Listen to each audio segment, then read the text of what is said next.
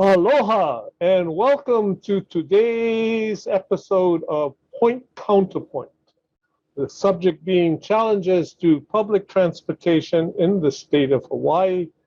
I am your substitute host. Normally you would be seeing Jay Fidel here, but since he is taking a short break, here I am. My name is John Waihe'e, and I am excited to see what these fine guests have to say this afternoon. Our first guest this afternoon will be Ed Stiffen. Ed is the director of the Hawaii State Department of Transportation. Welcome, Ed. And Thank you so much, John. Joining us also would be Roger Morton, and Roger is the director. This is the tricky one. The director of Honolulu Transportation Services.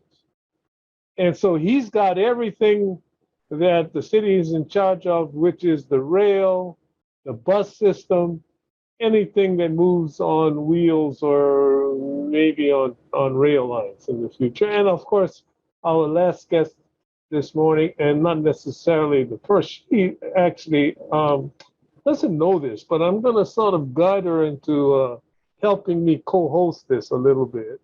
And that is the former First Lady of Hawaii and one of Hawaii's outstanding businesswomen, Vicky Kaitano, who has become a very perceptive and interesting citizen. So folks, we got a great show for you today. Point-Counterpoint, challenges to public transportation. The whole idea of this show for ThinkTech Hawaii was to encourage all of you to get involved, give us a call, to ask a question. And it doesn't matter what it is, ask it anyway. And it's my job to make you sound good. So yeah, ask it. So why don't we start with, first of all, Ed, welcome. It's good to have you here. Tell us a little bit about what you do and yourself. Thank you, Governor John. Ed Sniffen with the Department of Transportation. For the last 8 years, I was able to focus just on highways as the deputy there. Took over as the director designate for the Department of Transportation. So now I get to inherit all of our commercial airports and our general aviation airports and our commercial harbors. So trying to make sure that we tie in all of our transportation resources to hit all of the state's needs, not just the transportation needs. Well, thank you, Ed. Roger, give us a little bit of your background. Aloha, my name is Roger Morton, and I'm the Director of Transportation Services for the city and county. I've had this job for a little bit more than 2 years under Mayor Blangiardi. Previous to that, I spent 15 years as the chief executive of the bus. We ran the bus and the handy van. And pretty much I've been in the transportation scene for my entire career in Hawaii. So, well, happy to be here. Looking forward to the questions. So you're the guy in charge of the bus system and the rail system, sort of, right? Yes, not sort of. I am. Okay, well, hang on there. You'll get something. And of course, we have with us former First Lady and a dear friend, Vicky Kaitano. So Vicky, welcome. Tell us a little bit about what you do and all of that. Thank you, Gov. I'm excited to be on this program because not only do we have two very distinguished and experienced panelists in Ed Sniffen and Roger Morton, but to have you as a moderator, former governor. So, you're CEO of the state. You know what it took to run this place. And the challenges, I think, have only gotten more so. And as a concerned citizen, I think this is a hugely important topic for our state because logistically, if you look at Hawaii and where we are, everything is shipped, aired in. So I think we're all connected, all these issues, highways, harbors, the airports, all connected together. So hugely important. Thank you for having me on today. Well, Vicky, we're going to look forward to this conversation. So we'll start off with Ed because Ed's been running highways in the state of Hawaii for at least 8 years, he just mentioned. So tell us a little bit about Ed. First of all, I don't know if most people even have a clue as to how our highways are funded. I mean, how do we get the money to build these highways and the rest of the transportation system? So in the state, we have about 10,000 lane miles of public roadways. 2,500 lane miles or so are under the state, and the rest are under the counties. We get funded by from the state side by our gas taxes, our vehicle weight taxes, and our registration fees. In general, those are the major sources of funding from the state side. There's other smaller buckets, but those are the major ones. On the federal side, we get about $220 million per year in the new legislation that's been funding us under the federal government. That's the IIJA, the Infrastructure and Jobs Act, that just came through last year. It's a plus up from what we had before from FAST, from 180 million to 220 million. So a good bump. But when we start considering that one bridge is $40 million when we rehab and upgrade it, and roadway projects are between 25 to 30 million, it's not a significant number that pluses everything up immediately. That being said, one of the biggest benefits of the IIJA is that there's $50 billion in discretionary funds that we can fight for with the rest of the nation. So we've been very, very aggressive in chasing additional federal funds so we can bring more money to Hawaii, upgrade our systems here. Well, thank you. We'll just stretch over from that into, so the point is that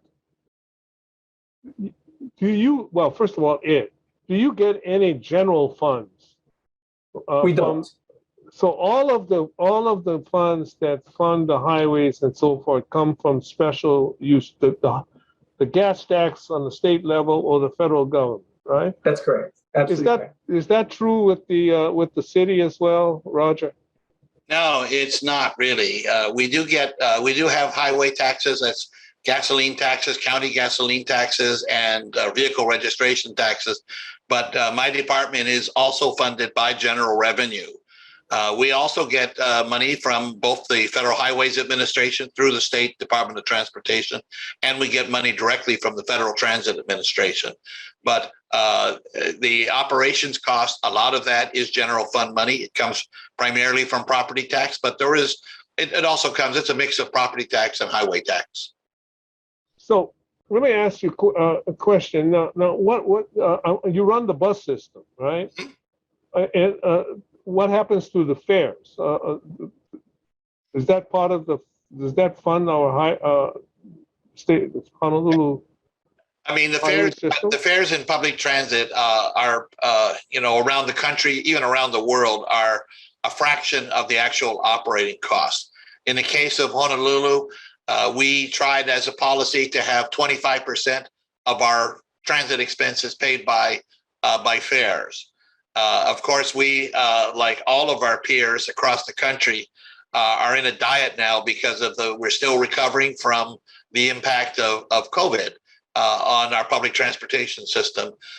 We in Honolulu, we're about we have recovered to about 65% of where we were prior to the COVID.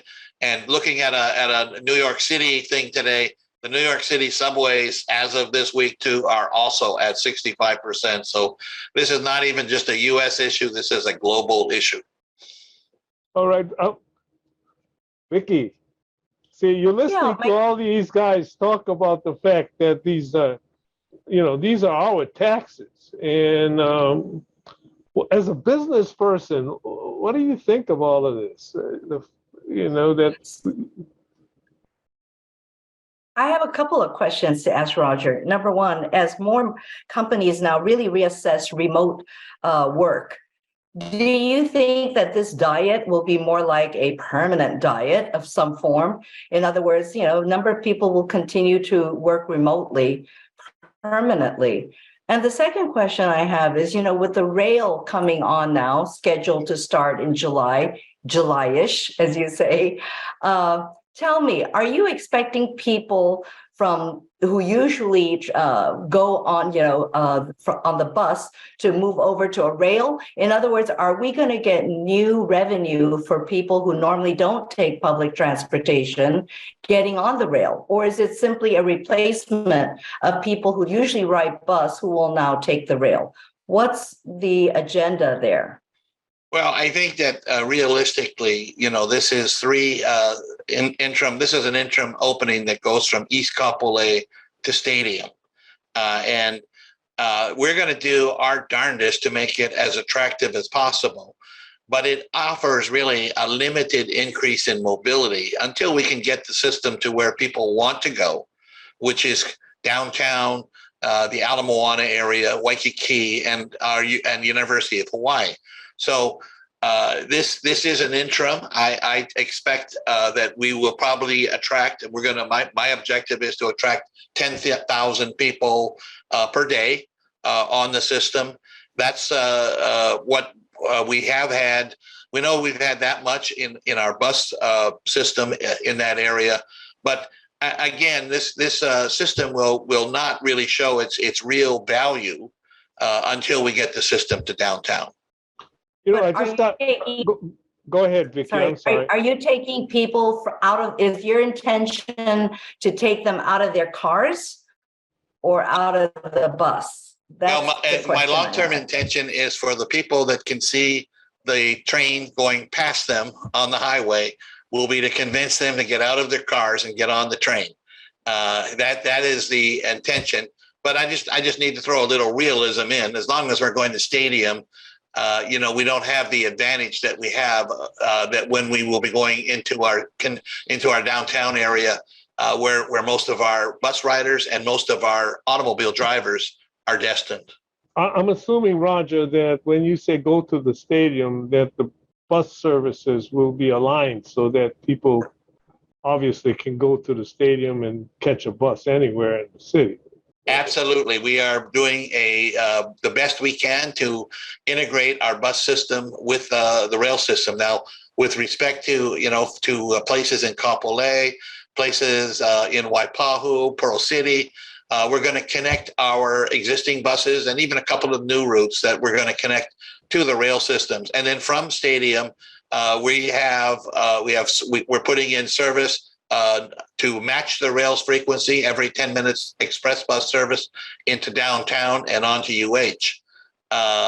We're also, trying to, we want to give good service to Pearl Harbor. Pearl Harbor is building a massive shipyard and are hiring another 1,000 people and have a tremendous parking problem within the Pearl Harbor Hickam area. So working closely with the Pacific Fleet, trying to make sure that we can also provide service there. 2 years from now, we'll have our service to the airport and to Middle Street. And so that, as we incrementally add sections, we're going to add more mobility and it's going to be a better system for all of our community. Okay.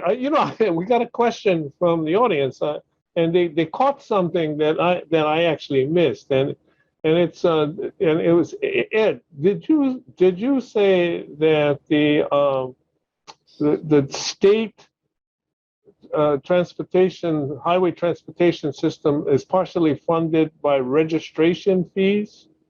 That's correct. So what the question is, I think that trying to express here is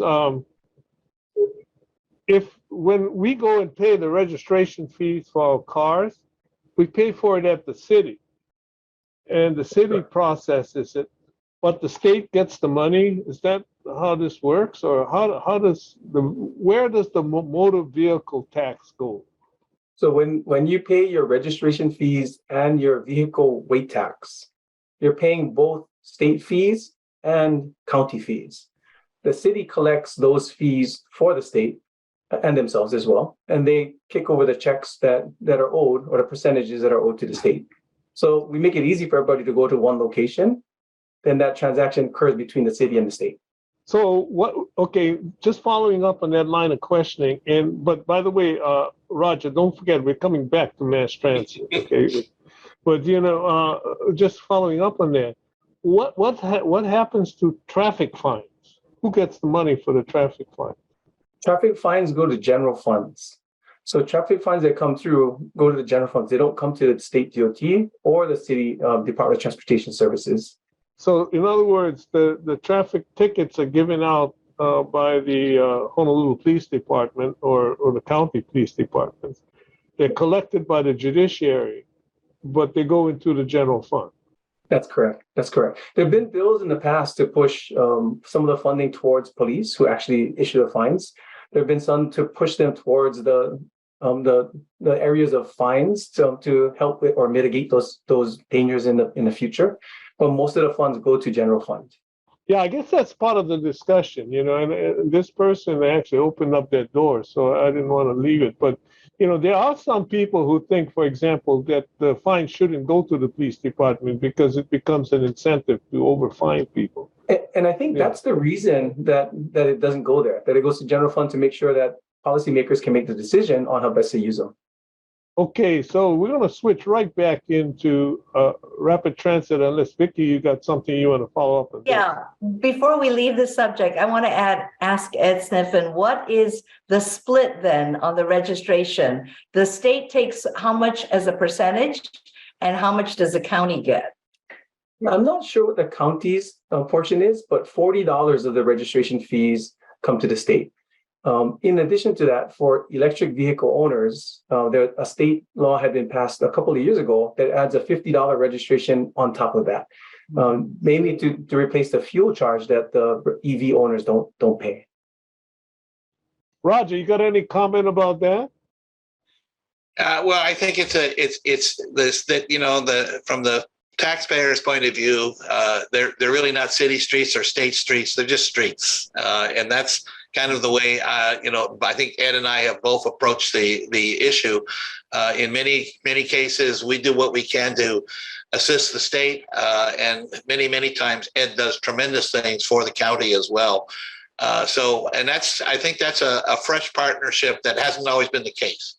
That we try to. We have a number of programs that we're trying to do jointly for the benefit of both sides. So.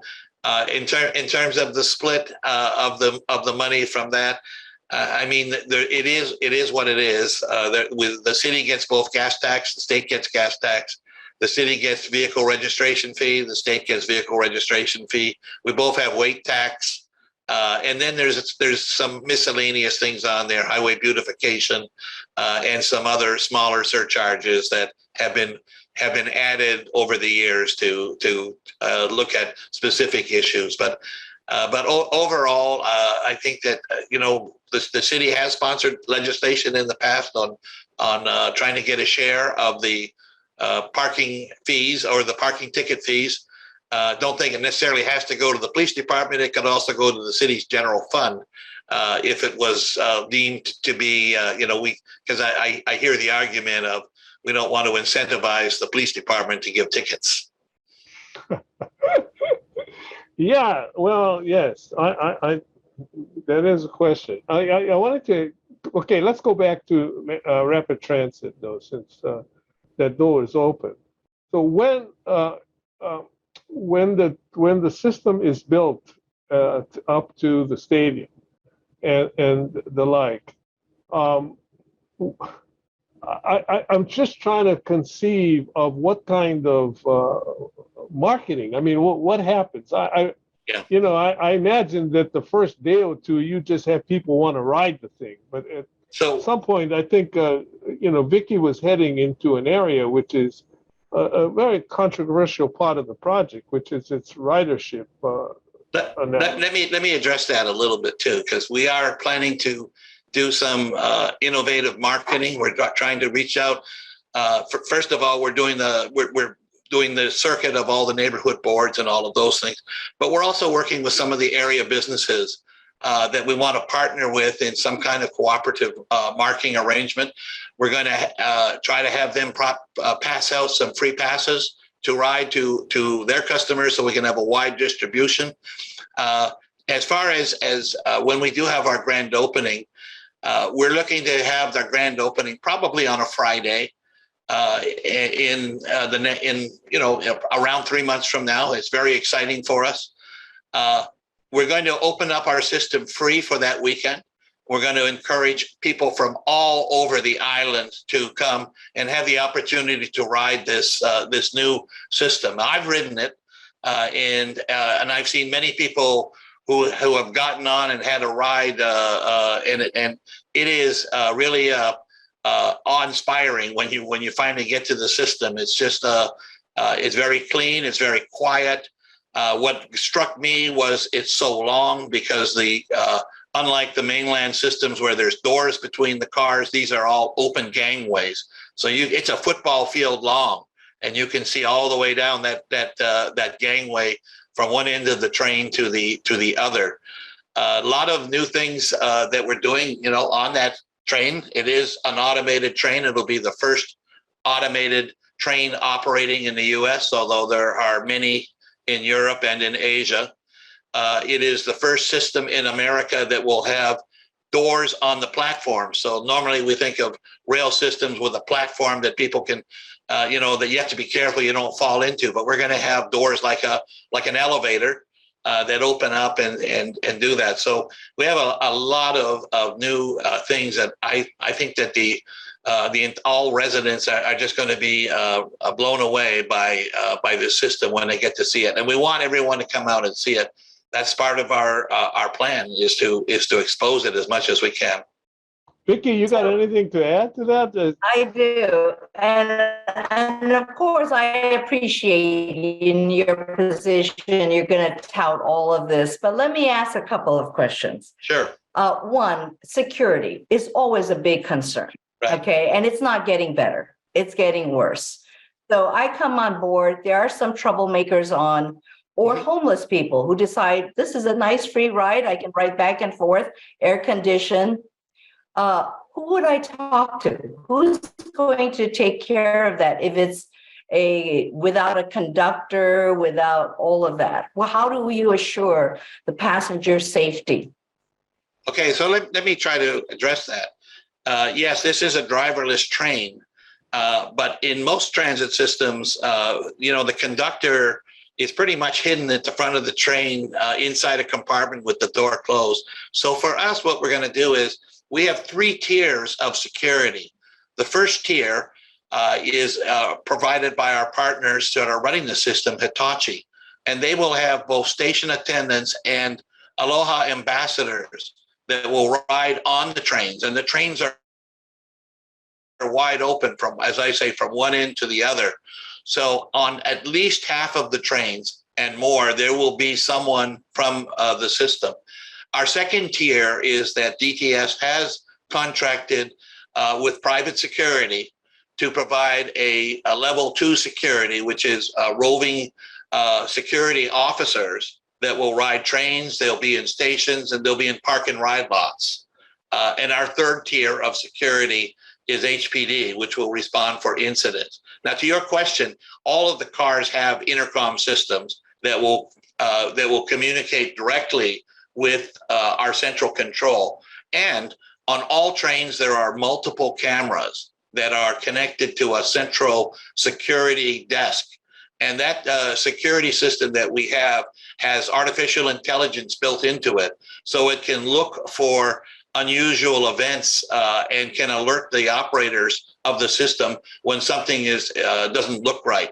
I'm thinking that security has got to be done properly. If we expect people to ride and feel safe, they must have a good sense of security. So those cameras will be in every cab, is that right? There will be multiple cameras in every cab. Overall, there'll be over 2,000 cameras in the system.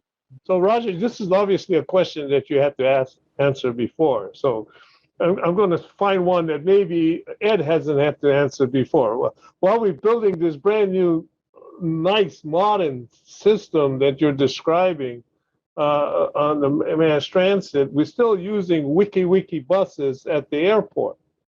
Is there any thought of integrating our rail system and improving the intra-rail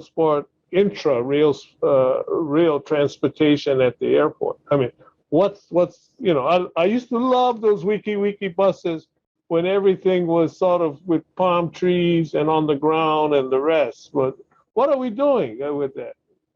So we are tying the rail into our airport operation, but not in the way you're saying right now. It's not going to take the place of those wiki buses yet. At this time, the wiki buses, we are converting them to make sure they're all electric. So we're getting 4 new electric vehicles this this July to start running in those different areas. We want to make them quieter, we want to make them less invasive to people, and make sure we start modernizing the system. We'll need them for a little while we upgrade the facilities of the airports, especially when we get to the Diamond Head Concourse. Once we start that construction for the Diamond Head upgrades to mirror what we did on the Mauka side, we can start looking at how better to connect people inside of the airport versus outside of it. So not necessarily using rail yet, but for rail, for us, rail is a big piece. It's going to be bringing people through that area from downtown to back home or vice versa. What we love to do is make sure that we can tie in those types of connections to the airport operations. We're looking at putting out more concessions outside of the terminals versus inside to make sure if you're on your way home from rail, you can stop off and grab stuff to eat or go shopping a bit before you get back home.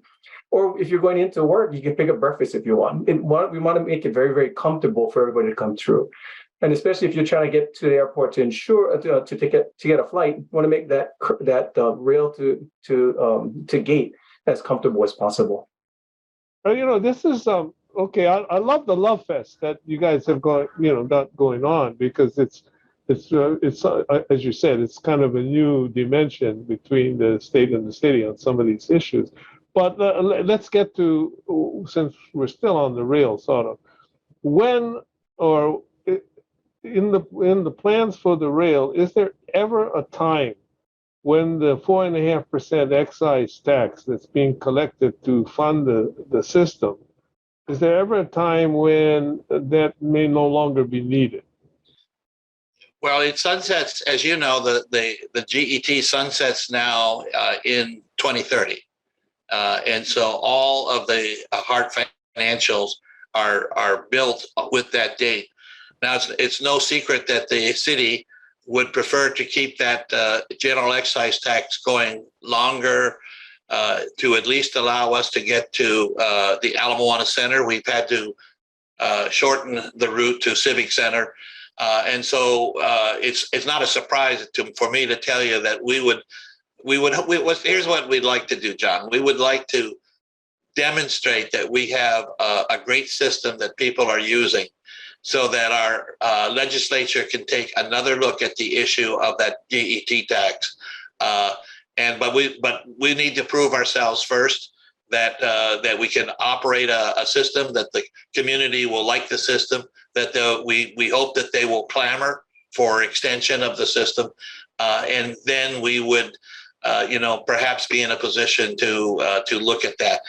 Rail for me is a generational program. Really, once a city starts a rail project, at least the experiences of other cities, is it becomes a 50, 60, 70-year project to build it, much like our highway system, which really started in the 50s, the east-west arterials.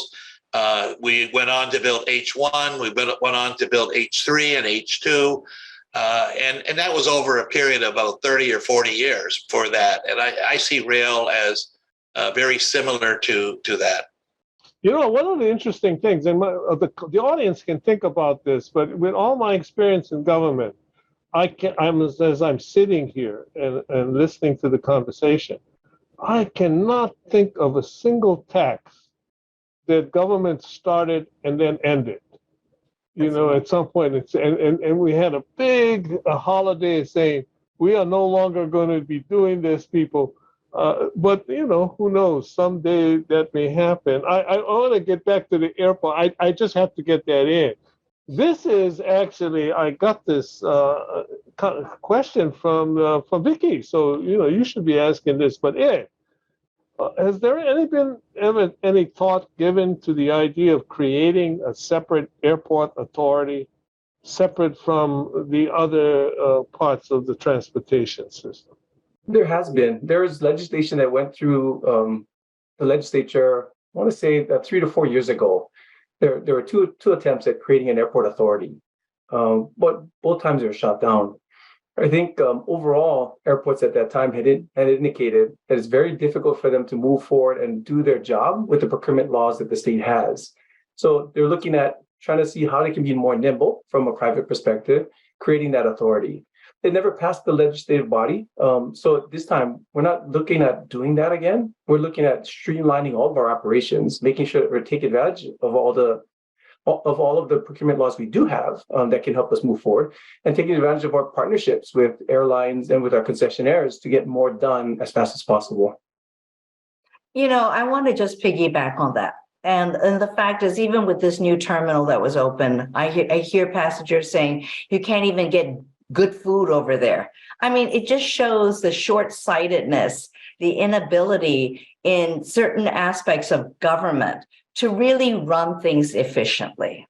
And it's interesting to me that even though this was passed at the federal level over 25 years ago, very few airports have taken up on looking at privatizing or looking at a separate airport authority. And I frankly think it's the politics that choke this idea, because any good idea should be given some thought. But I think it's just the politics that get in the way. And I appreciate all this talk to the partners and all this. But here's the fact: we just opened a terminal, and it's inadequate in terms of serving the passengers, especially when you compare to other airports for great cities of the world. It's rather embarrassing, especially for international travel. Absolutely. And from our perspective, when we start looking at the airport, and I got to say, over the last 8 years, while I was traveling through that airport, I really didn't see much because I was focused on highways. Once it became under my authority, I saw how poor it was in a lot of different areas.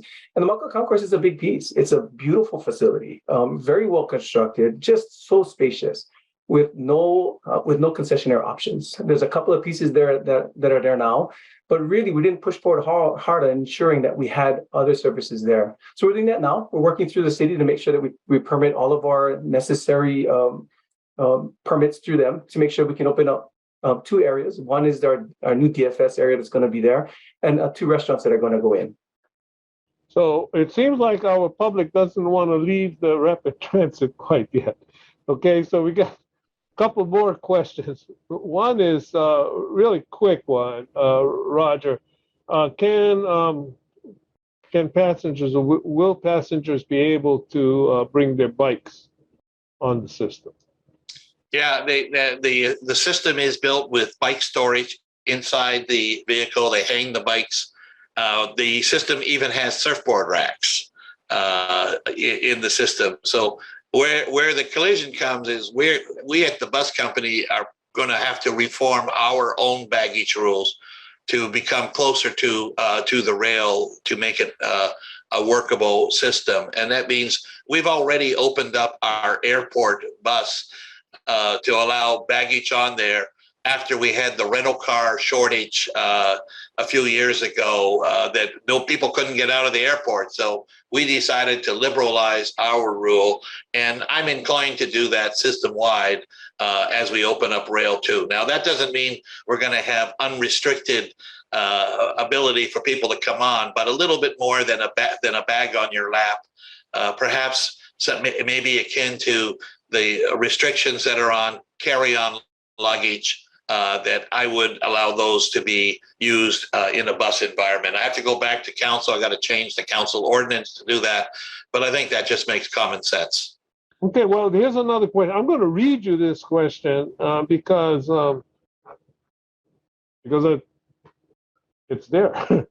When is the city and county going to make the tough political decision to dedicate certain streets for rapid transit use, 10-minute frequencies, and separate transit from general purpose traffic to ensure on-time performance? Well, of course, every time we do that, it's very controversial. We do have the King Street exclusive bus lane that we put in 2 years ago that allows what we call our red carpet lanes that are bus and right turn only. We have a project in Waikiki to do that on Cohio Avenue as well. We're going to start slow. We're going to do the westbound side first. I think in other parts of the island that it makes sense in some places. It doesn't make sense in other places. But that plus our emphasis on complete streets and trying to make our streets better for pedestrians and for bicyclists. A major priority for the city is to improve our bicycle network on our city streets. We also have, with Ed, we have a partnership that we're trying to get to where we can design and build and rehabilitate a South Shore bike path that would go all the way from Nanakuli to the University of Hawaii. And alongside of that, we can make some pedestrian improvements. Farrington is a pretty dangerous road right now. And, there needs to be some improvements done there too. So we're at the city, we are making a big emphasis on creating complete streets that includes cars, includes transit, includes pedestrians, includes bicycles, and all these other new mobility devices that are appearing with the advances in electrification of small vehicles. Ed, I got this is for you. One of the things I know about your some of your activities at the Department of Transportation was your partnership, because the word was used, partnering with, I guess, the federal government. You were using the transportation system to increase Wi-Fi accessibility. Now, what's that all about? How do we get from highways to Wi-Fi accessibility and all of that? Part of this was making sure that we use the resources that we have to address the needs of the state, and also attracting more federal funds to the state of Hawaii.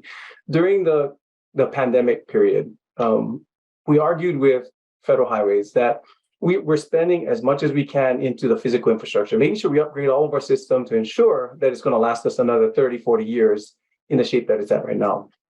But while we're doing that, because our jobs are to ensure that we connect people to the goods, services, and opportunities they deserve in this state, and now that we're seeing that people during the pandemic are getting those goods, services, and opportunities in a different way, not a physical one, but a virtual one, where we let them know that we see 8 communities that are underserved that can't get the same services that others can.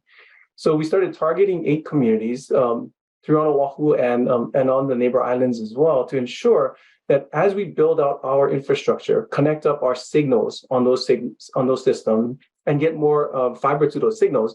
If I have 1 gigabyte worth of Wi-Fi in that area available, I want to push it into the communities that I'm running adjacent to ensure that those people in those communities have the same opportunities that everybody else has.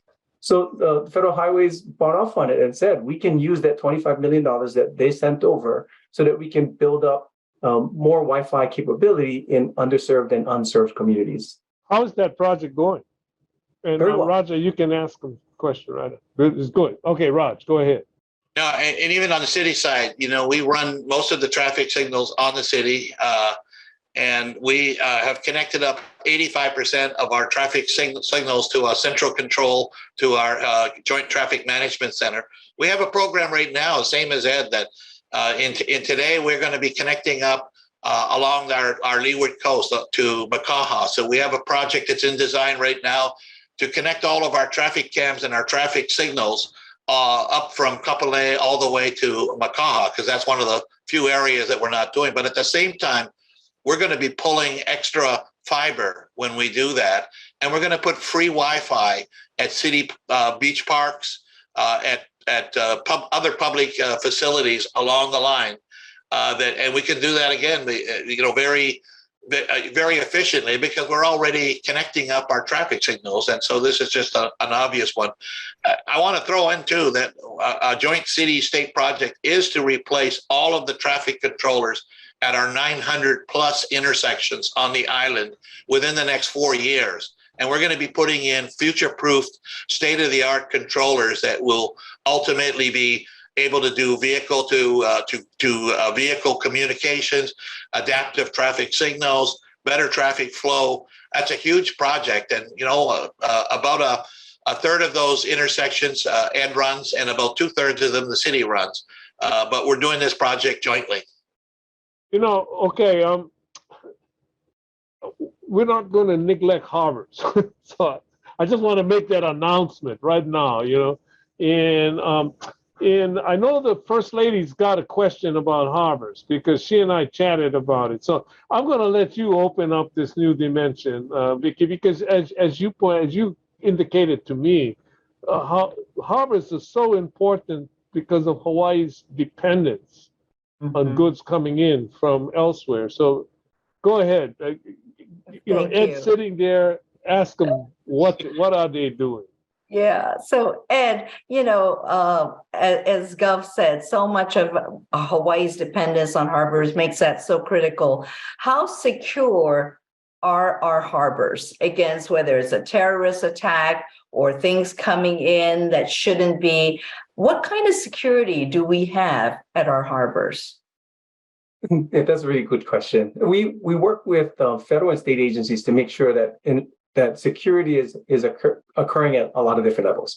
Of course, we want to make sure that only qualified people or people who should be in the harbor areas are there. So our sheriffs and our personal security or our security contractors assist us in ensuring that people only can come in if they're certified to do so.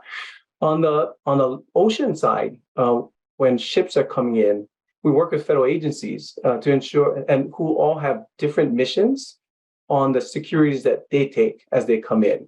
So, and on top of that, for all of our state agencies, we run through scenarios with HAIMA on emergency situations that could occur, whether they be man-made or whether they be natural disaster type situations. So I wouldn't say that to the public that we are 100% secure, but I will say we're 100% prepared for the types of emergencies that we can expect in our harbor operations. As you had said, firstly, the big thing for us is 98% of our goods and services come through our harbors. It's our lifeblood for the islands. We want to make sure that it's as secure as possible. Go ahead, Vicky. If we can't though even control illegal fireworks coming in, what assurance do I have that they're really inspecting containers? I heard from someone who works down at the dock that there's not that much security, that the workers themselves take it upon themselves to check things. And that just didn't bring me a great level of assurance that it is, as you outlined, that things are being inspected or checked. Yeah, so the federal government has requirements for checking percentages of the containers that come through. There's legislation that are going through this year to increase those percentages, but off the docks. We're trying to balance out the securities of everything coming in with the operations that are necessary to get goods to market. Okay, now talking about that,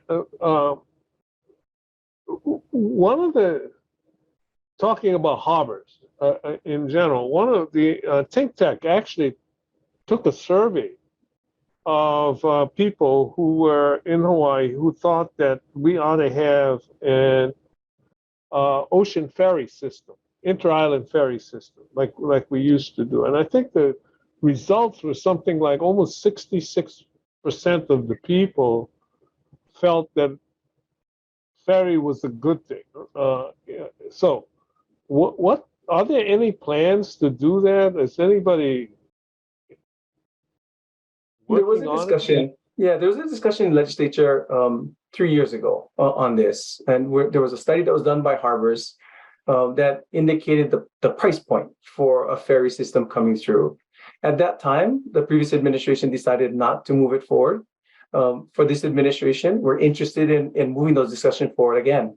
So we'll make sure we make those survey results available to the public and try to see what we would need to do to move forward an EIS that allows us to operate between islands, if not all, between the major islands for support of a ferry system.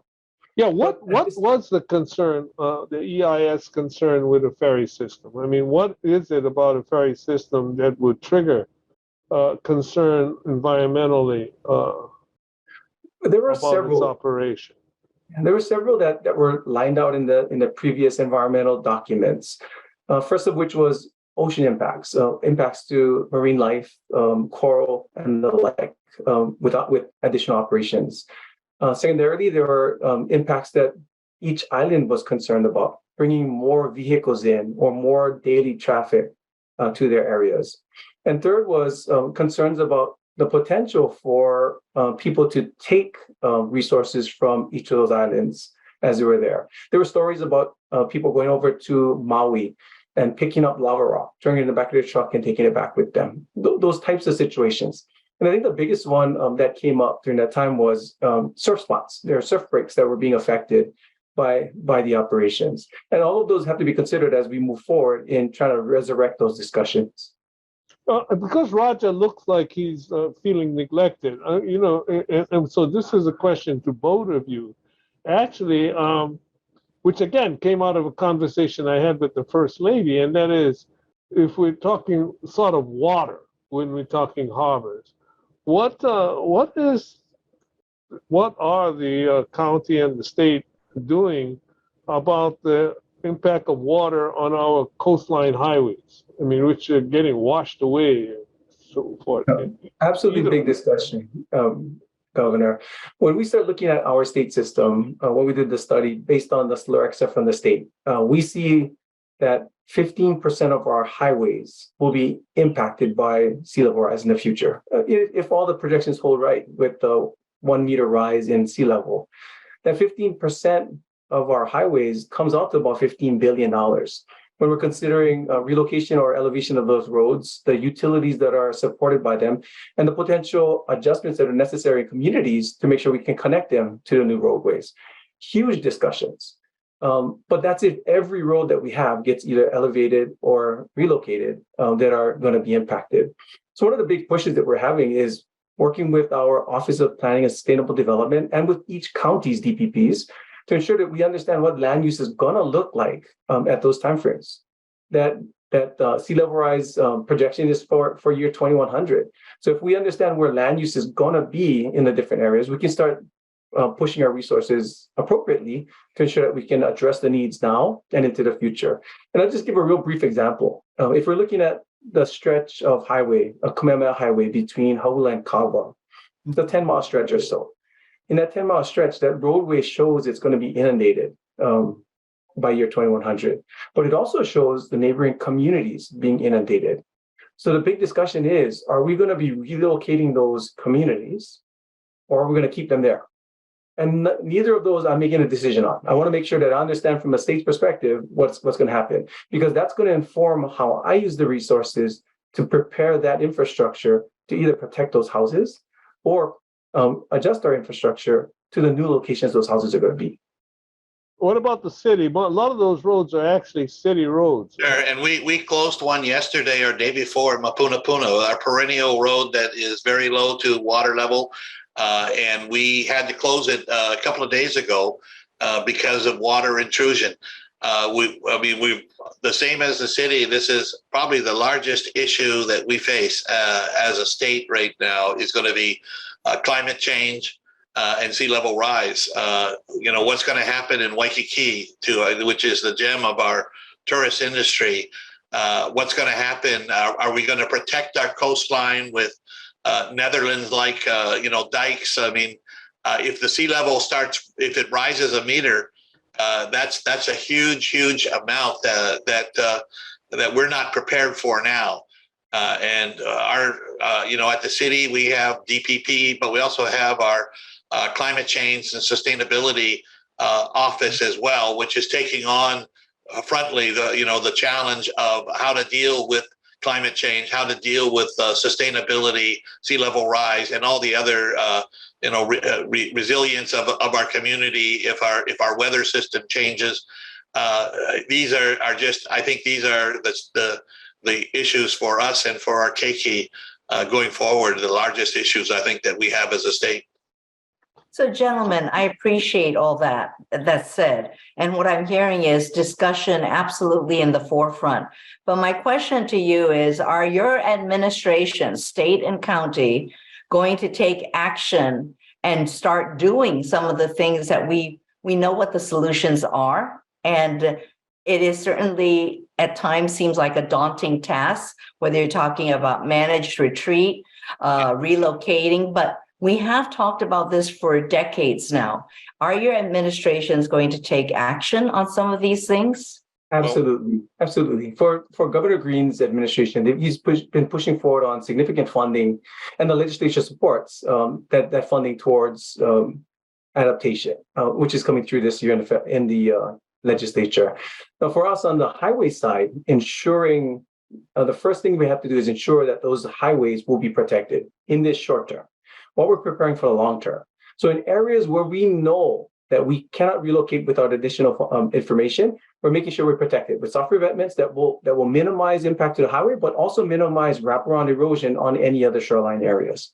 In areas that we know have to be relocated and we have the space to do it, we're doing that as well. We're doing it on West Maui with Honopilani Highway. We're focusing on the Leeward Coast with Farrington Highway near Makaha Surfing Beach. We're looking at the Laniakea, or Lanikai, Laniakea in Haleiwa, making sure that we can relocate those pieces that we know. Those relocation pieces are between $60 to $100 million, significant investments that we're making to ensure that those highways can be protected in the long term. But in the short term, in areas where we know we cannot relocate yet until we get additional information, we protect as much as possible to ensure that those roadways will be safe and continuous for everybody as we have further discussions on how we take the action in the future. Yeah, Roger, go ahead. Things that the city has done is that we have amended and updated all of our public works building codes too, so that any new project that we are putting in takes into account that we're going to have to raise it 3 or 4 feet. And this is not a insignificant thing. This adds a lot of cost to projects when you have to build in that. And the city is a partner too, and a global partner really in trying to make sure that we do address emissions, greenhouse emissions, and other factors that are the root cause. Of course, Hawaii is a small little speck of land in the scheme of things and from a global point of view, but we are committed to doing our part in a global struggle to try to keep emissions down. Our electrification of our bus system is a $1.4 billion project over 16 years to reduce the use of diesel fuel for that. Our Office of Climate Change, is trying to facilitate a similar change in our consumer vehicles. And I'll stop there. While you're talking, since you brought up electrification, one of the things which appears to be the direction.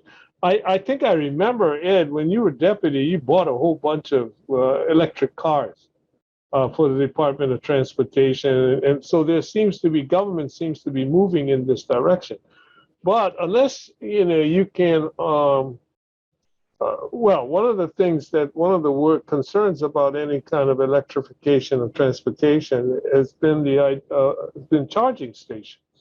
I mean, the one good thing about, using gas in your car is that you can go down the street and fill up the gas anytime. Is there any plans, either the city or the state, to have more electrification stations on the island or across the state, actually? Absolutely, Gov. When we started looking at this issue, it's a big one.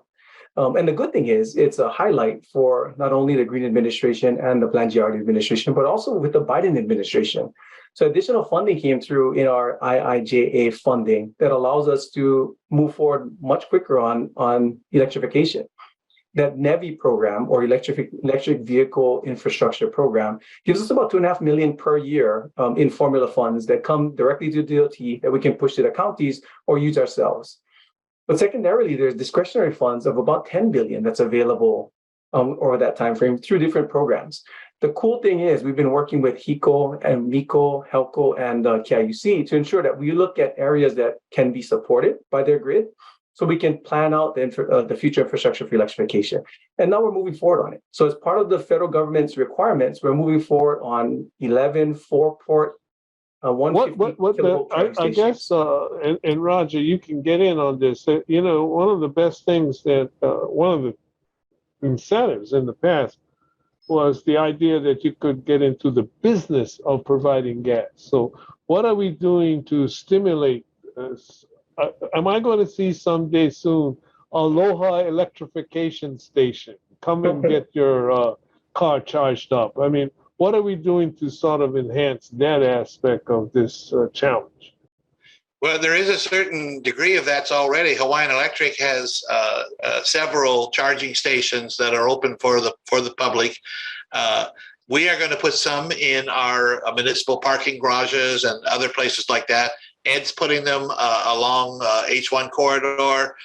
So I think it's a joint public and private thing. And certainly the electric company has a lot to benefit from electrification. So if we're talking about the electric company, we're talking about this kind of thing. What are we? Well, I guess the question is, what are we doing to make this more attractive to people? I mean, are there any kind of incentives for doing this? We got a few minutes. I mean, Governor, for most people in Hawaii, because we don't travel interstate, we don't go 500 miles. Charging at home is a good option overnight when power is available. And charging at the workplace is a good option where that is available. So it doesn't have to be all. So, but the problem with charging at home is that, in a way, if you don't mind me saying this, and in a way, what you're doing is you're sort of creating a divide in our society. I mean, not everybody can afford to put a charging station up at home, So, and anyway, we're almost at the end of our time. We got a few more minutes left. I'm going to give each of you a minute to say something before we close. And so, why don't we start with you, Ed? You have a minute to, tell us why we are moving to a great new century. Thank you very much, Gov, and really appreciate being on this panel with such great people. For Department of Transportation, moving forward on the Green Administration's initiatives, we're trying to make sure that we prepare Hawaii for the future, ensuring that our highways, our airports, and harbors are modernized for the needs that we know that we have not only now, but into the future. But also making sure that we use those resources to address things outside of it. Housing is the biggest thing. Making sure that we set up our infrastructure to support developers to make sure more affordable housing is available to everybody is a big key concern that we're working on daily. At airports, we want to make sure that's an extension of our highway system so you can get to the places that you need to for work or medical every day through the infrastructure we have. And the experience is better for all of our visitors and our residents that are traveling. And harbors, of course, making sure that we're secure enough that we can ensure our lifeline for Hawaii. And also adding into that, pushing forward on food security, making sure that our harbors are set up to incentivize more farmers to grow more and ship them locally. Those are all the pushes that we have for DOT. We want to make sure that we tie in with all of our partners to ensure we get it done. Well, I wish we had another half an hour because I would sure love to get into it with you about how you interface with housing. But Roger, give us a minute of. Sure, I can talk about rail, but we've done that already in the show. I'm going to invite the island to come out and see our system when we open it in just a few short months. But I think that all the things that Ed and I do are driven by number one, by safety. And we are trying to, we are at the point now where we have a Vision Zero program. We are still, unfortunately, we're about one person per week on Oahu is killed on the roads.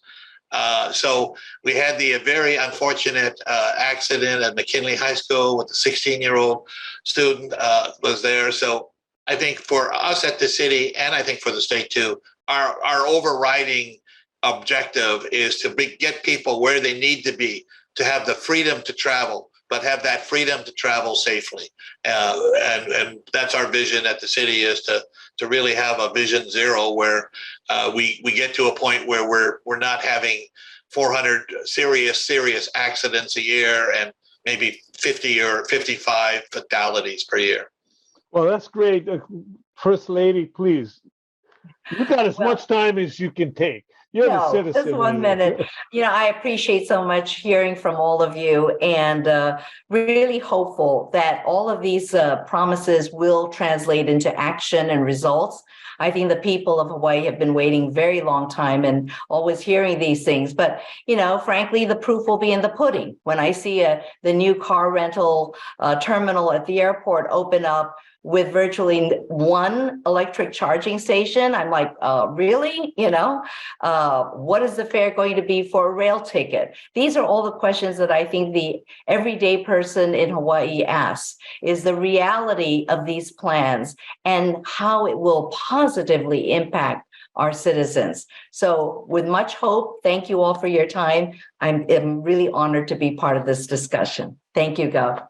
Thank you. Aloha, everybody. We want to thank all of you out there who have taken the time out to listen to us, and to tell you we'll have more Point-Counterpoint episodes in the future, and we want to invite you to join us again. There, again, our warmest aloha to Ed Sniffen from the Department of Transportation, Roger from the Transportation Services of Honolulu, and especially to a dear friend of mine, our former First Lady, Vicky Cayetano, for bringing a citizen's perspective to this discussion. Aloha, everybody, and thank you very much.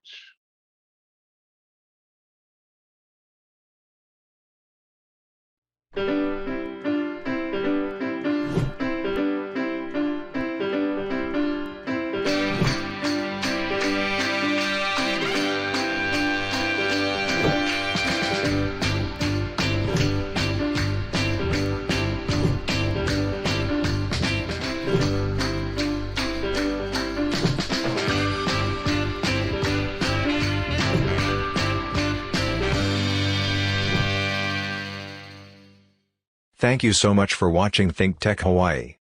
If you like what we do, please like us and click the subscribe button on YouTube and the follow button on Vimeo. You can also follow us on Facebook, Instagram, and LinkedIn, and donate to us at thinktechhawaii.com. Mahalo.